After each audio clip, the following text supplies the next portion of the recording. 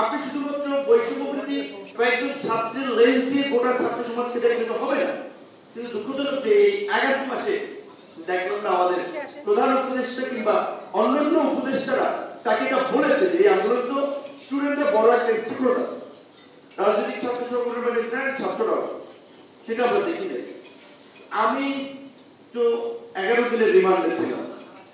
Prison van থেকে শুরু করে ডিবির গারদে দেখেছি কিভাবে ছাত্রদেরকে পিটিয়ে মানে গরু ছাগলের মতো যাদেরকে ধরছে, এমনকি কিশোর যাদেরকে, তাদেরকেও মানে নির্মম ভাবে কারো কান খোলা, কারো চোখের এখানে রক্ত জমে আছে, আবার কেউ গুলিবিদ্ধ হয়েছে, চিকিৎসা নিতে হসপিটালে। ভাই তুমি এই পায়ে ঘা, তোমার রক্ত পড়ে, রক্ত পানির মতো ইয়া করতেছে, তুমি এখানে কেমনে?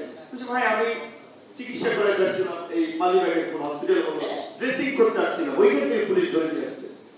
আপনারা জানেন যে এই জুলাইয়ের শেষ দিকে অনেক সরকারি হসপিটাল, সেটা ঢাকা মেডিকেল মানে বিধ মতের কোনো মানুষকে গুলি করে মারা হয়, এইটা আমরা চাই না। যেটা আমাদের সম্ভবত শহীদুল্লাহ ভাই আপনার দেশ স্বাধীনের পরের ঘটনা এক্সাম্পল দিয়ে বলছিলেন যে সেই সময় তাজউদ্দিন আহমদ সাহেব সেটা আপনার প্রোটেস্ট করেছিল।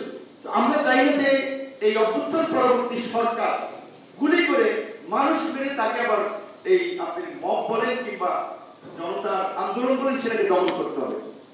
তাও তো আমরা সেই পুরোনো পথেই হাঁটছি। এবং এখন তো পলিটিক্যাল গভর্নমেন্ট না, এখন যদি তারা এই প্র্যাকটিসটা শুরু করে, পলিটিক্যাল গভর্নমেন্ট আসলে তো একই প্র্যাকটিস শুরু হবে। এবং এই যে গণ অভ্যুত্থানের পরে আমরা ব্যাপক সংস্কার, স্বল্প সংস্কার, গভীর সংস্কার, অনেক সংস্কার, কম সংস্কার, সংস্কারের আলাপ করছি, অথচ মূল সংস্কারের যে জায়গাটা ছিল আমি মনে করি যে এই গণ অভ্যুত্থানের পর আমাদের পুলিশ এবং জনপ্রশাসনের সংস্কার, তাদের যে শুধুমাত্র নৈতিকভাবে তারা তাদের নৈতিক স্খলন ঘটেছে সেটা না, তাদের পেশাদারিত্ব তো